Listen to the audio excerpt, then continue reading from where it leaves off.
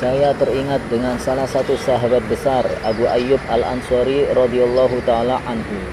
Beliau ini meninggal di Konstantinopel tahun 674 Masehi. Ketika Nabi Shallallahu alaihi wasallam beliau hijrah dari Makkahul Mukarramah menuju Madinatul Munawwarah, Nabi Shallallahu alaihi wasallam tidak ada tempat persinggahan di kota Madinah.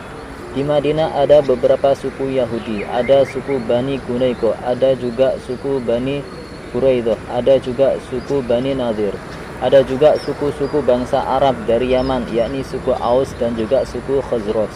Andaikan Nabi Shallallahu alaihi wasallam memiliki suku Khazraj sebagai tempat tinggal di sana, maka yang Aus tidak menerima.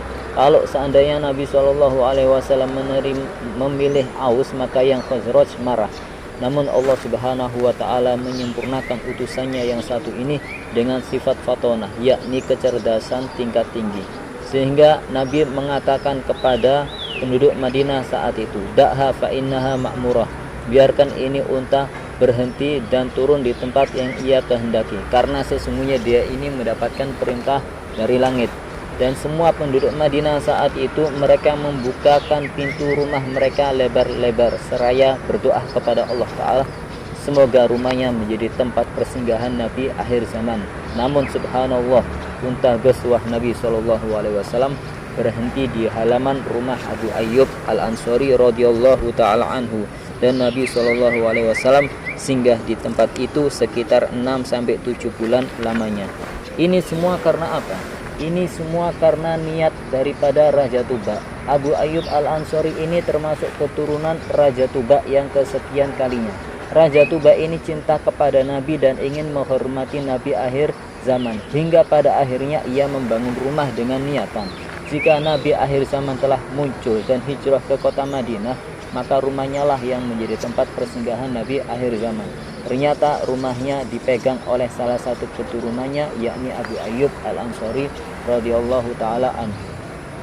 Salah seorang keturunan daripada Sada Alawiyin. Di antara mereka ada yang mengatakan, "An-niyatu as-shalihah tadrus walau kana ba'da hin."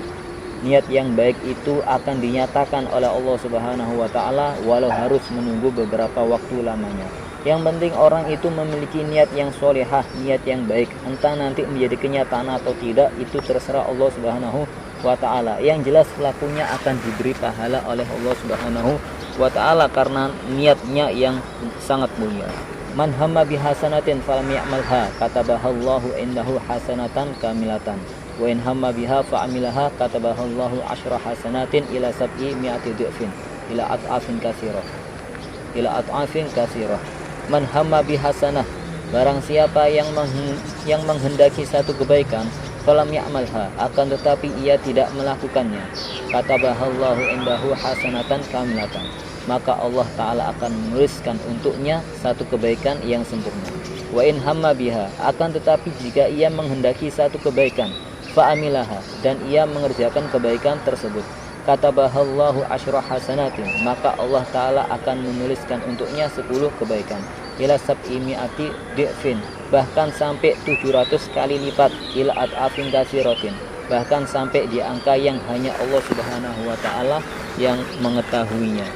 Makanya niat itu tidak bisa diremehkan. Allah Subhanahu wa ta'ala melihat niat. Ar-Rasul Al-Karim mengajarkan niat, dan juga para salafun sholihun zaman-zaman terdahulu memperhatikan niat. An-Nabi SAW beliau pernah bersabda, "Innallaha la yanzuru ila ajsamikum wala ila suwarikum walakin yanzuru ila qulubikum wa a'malikum." Sesungguhnya Allah Subhanahu wa ta'ala tidak melihat pada bentuk-bentuk jasad kalian dan juga tidak melihat pada gambar-gambar kalian, akan tetapi Allah Ta'ala melihat niat kalian. Ta'ala lihat adalah niat-niat kalian dan juga amal-amal kebaikan kalian. Niatul mukmin khairun min amalihi. Dalam hadis yang lain Nabi SAW menyampaikan demikian. Niatnya seorang mukmin itu lebih baik daripada sekedar amal, artinya beramal tanpa disertai dengan niat. Ada orang mukmin beramal soleh cuma sekedar amal saja tanpa disertai dengan niat. Ada lagi orang mukmin setiap ia beramal ia sertakan dengan amalnya itu niat-niat yang sangat banyak. Maka yang lebih baik adalah seorang mukmin yang kedua ini. Apalagi kalau seandainya dia beramal ia sertakan niat-niat yang sangat banyak. karena satu amal itu boleh di dalamnya 10 bahkan lebih daripada niat-niat yang baik. Orang-orang zaman terdahulu mereka mengajarkan anak-anak mereka ketika mereka hendak tidur. Mereka bertanya, "Wahai anakku, besok kamu mau niat apa?" Dijawab oleh anak-anaknya, "Oh, besok ayah, kalau seandainya ada orang yang minta tolong maka aku akan beri pertolongan. Kalau ada orang yang minta-minta maka aku akan beri apa yang ia butuhkan.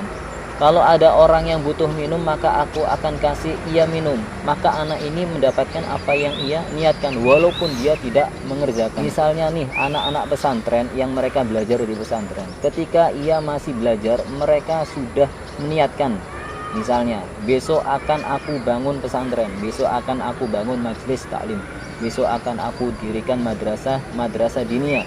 Maka insya Allah dengan niatnya itu Allah Ta'ala akan nyatakan. Jika Allah Ta'ala tidak nyatakan karena jalan takdir, maka Allah Ta'ala akan tulis baginya pahala niat itu semua. Diceritakan di dalam kitab Nasha'ih Diniyah, ada salah seorang keturunan Bani Israel.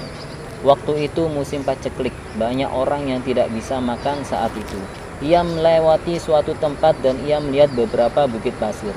Ketika ia melihat bukit-bukit pasir itu, ia berkata di dalam hati, "Andaikan bukit ini adalah makanan dan semuanya adalah milikku, maka pasti akan kubagikan pada manusia-manusia."